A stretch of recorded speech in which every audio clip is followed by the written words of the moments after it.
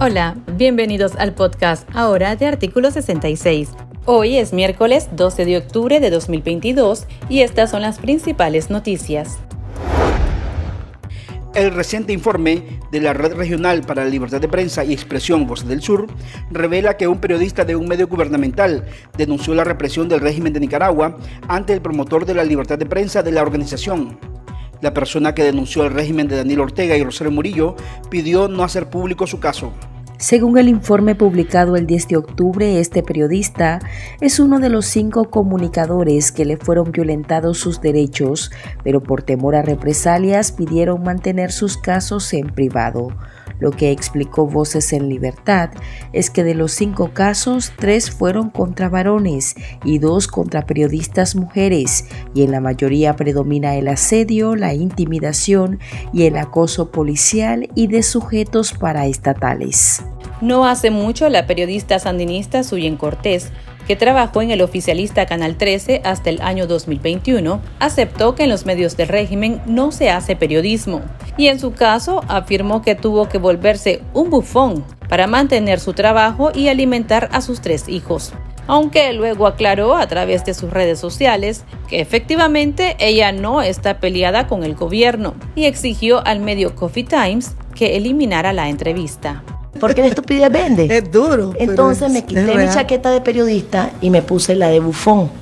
Porque yo sentí que en este tiempo yo no estaba haciendo periodismo, yo no estaba haciendo preguntas de rigor, yo no estaba siendo inquisidora, queriendo saber, investigar lo que sabemos hacer periodismo. Eso ya no era periodismo.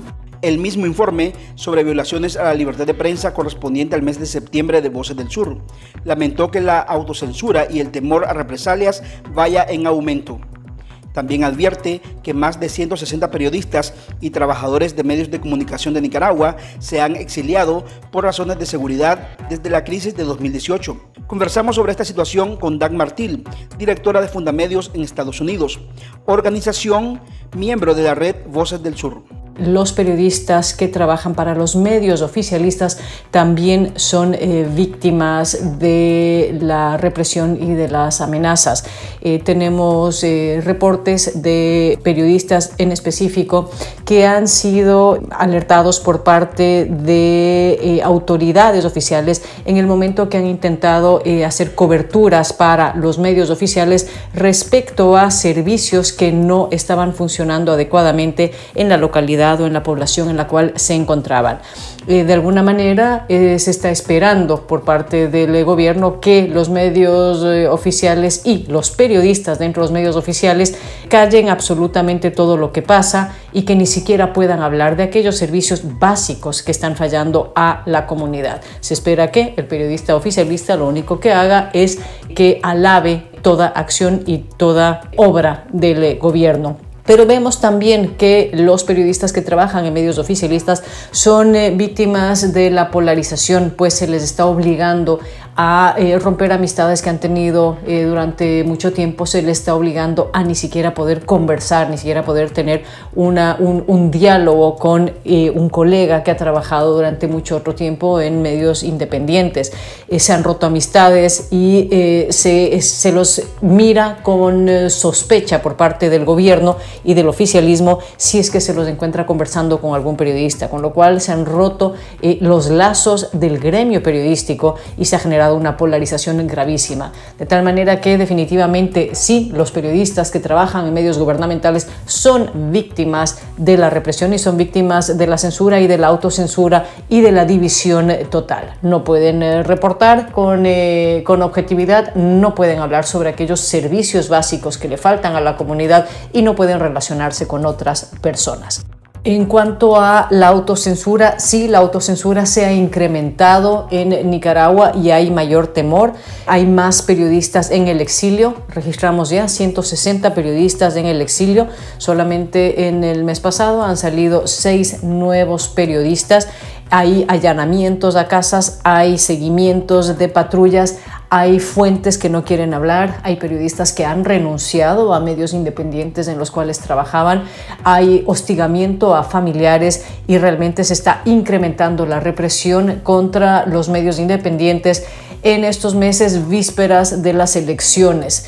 La autocensura se va generalizando porque cada vez hay menos periodistas que puedan reportar, que quieran reportar o que quieran correr esos riesgos.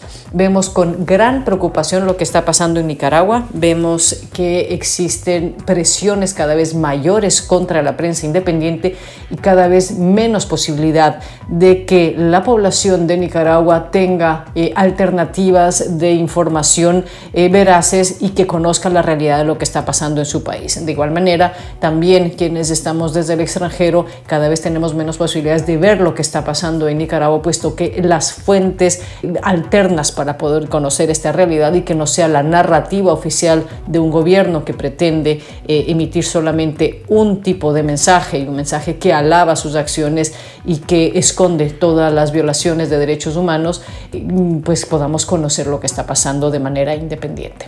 Nos parece fundamental también señalar que seguimos con gran preocupación la situación de los y las presas políticas en Nicaragua, y en este caso en particular del periodista Miguel Mendoza, quien está ya más de 20 días en huelga de hambre exigiendo su derecho a poder comunicarse con su hija Alejandra.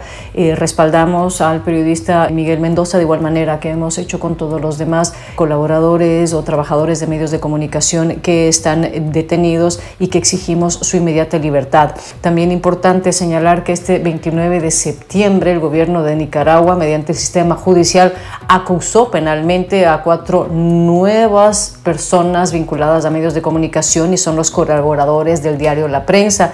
Es fundamental que cese esta persecución judicial y, por supuesto, sean puestos en libertad todos los y las periodistas y los y las personas detenidas de conciencia. Alrededor de 3.700 familias de El Rama, La Esperanza y San Sebastián de Yalí permanecen sin agua potable desde que el territorio nicaragüense sufrió el impacto del ciclón Julia el domingo 9 de octubre, mientras más de 13.000 familias de la costa caribe aún no cuentan con energía eléctrica. El dato fue confirmado el mediodía de este miércoles por la vocera gubernamental Rosario Murillo. Según la portavoz, otras 47.000 familias de la zona del Pacífico aún se encuentran sin el servicio eléctrico. También confirmó que el Ministerio de Educación registró 135 centros afectados por el fenómeno. Por ahora se ha confirmado la donación de paquetes de alimentos para 12.500 personas afectadas en el Rama, gracias al Programa Mundial de Alimentos. Mientras, el régimen ha dispuesto la entrega de láminas de zinc para 1.500 familias de Bluefields y Corn Island y otro contingente destinado a zonas afectadas de Estelí, Matagalpa y Chinandega. Por el momento, solo se ha brindado información preliminar e incompleta al público. Sin embargo, Murillo anunció que los funcionarios del régimen sostendrían una reunión de intercambio de información con representantes de organismos de las Naciones Unidas. El encuentro estaba agendado para la tarde de este miércoles en Cancillería. Días antes, el ministro de Hacienda, Iván Acosta, reveló que el régimen estaría gestionando recursos ante organismos internacionales tras el paso del huracán. El informe final será presentado a las familias nicaragüenses de aquí al viernes. El analista político y escritor Israel Levites Cornejo nos brinda sus comentarios. La dictadura parece ya tener un patrón de cómo responde ante las catástrofes y las calamidades. Primera característica, opacidad en la información. A como ocurrió con la pandemia del COVID-19, está ocurriendo con el huracán Julia, donde no hay una transparencia de las consecuencias que tiene en el país determinado fenómeno, y ellos se guardan la información y si de pronto ofrecen algunos datos que parecen ser bastante antojadizos y dados más desde un enfoque político para mostrar, qué sé yo, que la dictadura maneja bien, entre comillas, la situación, y luego dar a puerta cerrada otra información a los organismos internacionales para así conseguir ayuda financiera cuyo destino tampoco queda claro debido a, nuevamente, la opacidad de la dictadura en el manejo de estas situaciones. Entonces, si por la víspera se conoce el día, probablemente ante este huracán Julia, la dictadura va a hacer lo mismo de siempre. Va a dar un discurso a lo interno, minimizando las consecuencias, y un discurso a lo externo para conseguir la mayor cantidad de recursos que luego ellos administran de una manera absolutamente discrecional y donde nunca se sabe a dónde va la plata. En las redes sociales se ha viralizado el video de una cámara de seguridad que muestra al conductor de una camioneta atropellando a un perro que se encontraba acostado a la orilla de una cuneta junto a otros canes. La situación ha causado conmoción porque, según la ciudadanía, la acción del sujeto fue intencional. El conductor fue identificado como Ángel Hernán Miranda, quien se desplazaba en su vehículo por el Parque Central de la Concepción en Masaya, cuando le quitó la vida al perro. Miranda ya fue citado por la policía luego que el dueño del animal, de nombre Sergio López Carballo, lo denunciara ante las autoridades del lugar. Según medios oficialistas, el dueño del perro es un vigilante de seguridad del parque, quien aseguró que el joven le pasó las llantas a su perrito Tonki de manera intencional. La situación ha causado revuelo y ha traído a la memoria la Ley de Protección Animal, que la Asamblea Nacional aprobó en mayo de 2011. Esta Ley de Protección y Bienestar de los Animales Domésticos y Animales Silvestres Domesticados todavía no ha dado los resultados que pretendía. Su impulsor, el veterinario Enrique Rimbaud, de la Fundación Amarte, nos explica. La Ley de Protección y Bienestar Animal 747 no sirve, porque no funciona. ¿Por qué? Porque es una ley que no está reglamentada, primero que nada. Se aprobó en diciembre del 2010 y después el Poder Ejecutivo hizo un veto parcial en febrero de 2011. Se terminó de aprobar y promulgar y publicar en la Gaceta en junio del 2011. Ahí tenía 6 meses el MACFOR para hacer la reglamentación, no la hizo. Segundo paso, le tocaba a la Asamblea hacer la reglamentación, no la hizo. Nosotros y varias organizaciones civiles más presentamos proyectos de reglamentación, no le dieron pelota. En el 2012, por ley, se disuelve el MACFOR y se crea el IPSA y el MAG. Y la ley decía que el corresponsal de la ley era el MACFOR.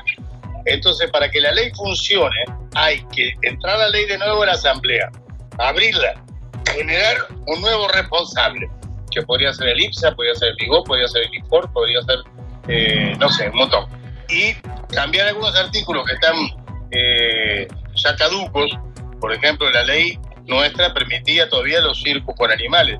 Y hoy México, El Salvador, Guatemala, Honduras, Costa Rica, Panamá, República Dominicana y casi todos los países del mundo lo prohíben. Entonces no tiene sentido seguirlos autorizando y volverla a votar.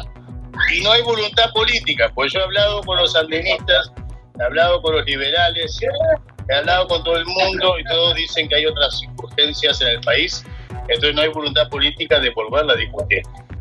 Entonces la ley, así como está hoy, no sirve. Sirve en el concepto de que te especifica qué es delito y qué no es delito. Lo único que se puede utilizar en Nicaragua para delitos de maltrato animal es el artículo 391 del capítulo 4 del Código Penal, que habla de maltrato animal, 2 párrafos que entre los dos no suman más de 20 renglones, y es lo único que hay en este momento para trabajar en maltrato animal. El Código Penal lo que prevé son penas de prisión por reincidencia de hasta 4 o 6 meses a 2 años, penas de multa, penas de trabajo social. Y tiene que haber una denuncia con testigos y evidencia, si no, no la procesa el Ministerio Público. Y estas son otras noticias que usted también debería saber hoy.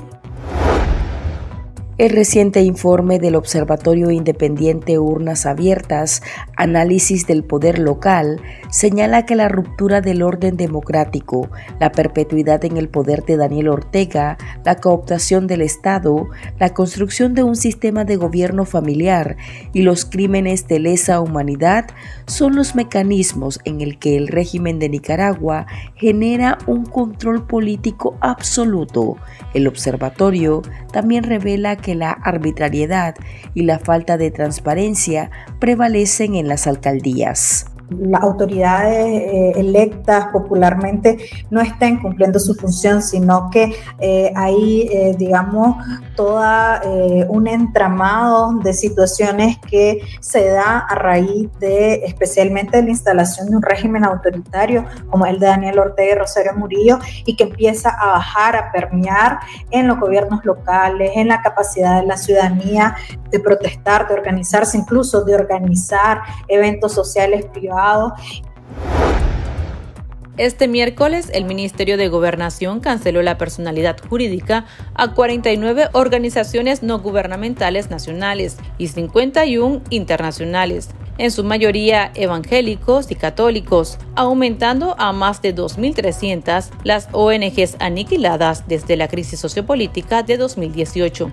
Entre las nacionales cerradas por un supuesto incumplimiento de las leyes se encuentra la Fundación Nacional Pro Niños Ciegos y entidades cristianas como la Asociación Servicio Pastoral Josefina y Ministerio Cristiano Emaús, así como asociaciones agropecuarias. Otras organizaciones canceladas son el Instituto Austriaco para la Cooperación Norte y Sur, Corporación de Iglesias de Jesucristo, el Todopoderoso, originario de Estados Unidos, entre otras decenas de ministerios cristianos.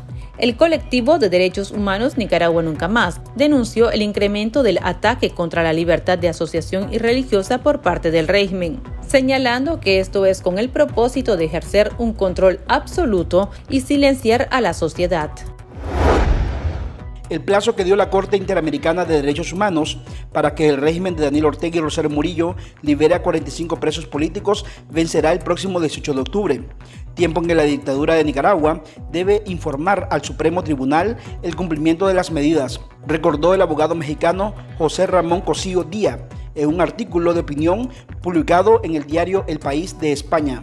El jurista, que se desempeñó como ministro de la Suprema Corte de Justicia de la Nación entre 2003 y 2018, aseguró que falta una semana para que Ortega decida cuál es su compromiso con el sistema de derechos y garantías que la comunidad interamericana ha decidido que rija la conducta de sus autoridades para proteger la dignidad de sus poblaciones. Afirmó que la resolución le brinda una nueva oportunidad para definirse. Pronto conoceremos si lo hizo y sobre todo cómo lo ejecutó. Aquí termina el episodio de este miércoles. Para más noticias pueden visitarnos en nuestra web www.articulo66.com. También pueden suscribirse a nuestros podcasts y seguirnos en las redes sociales como Artículo 66 y en Twitter Artículo 66 Nica. Hasta la próxima.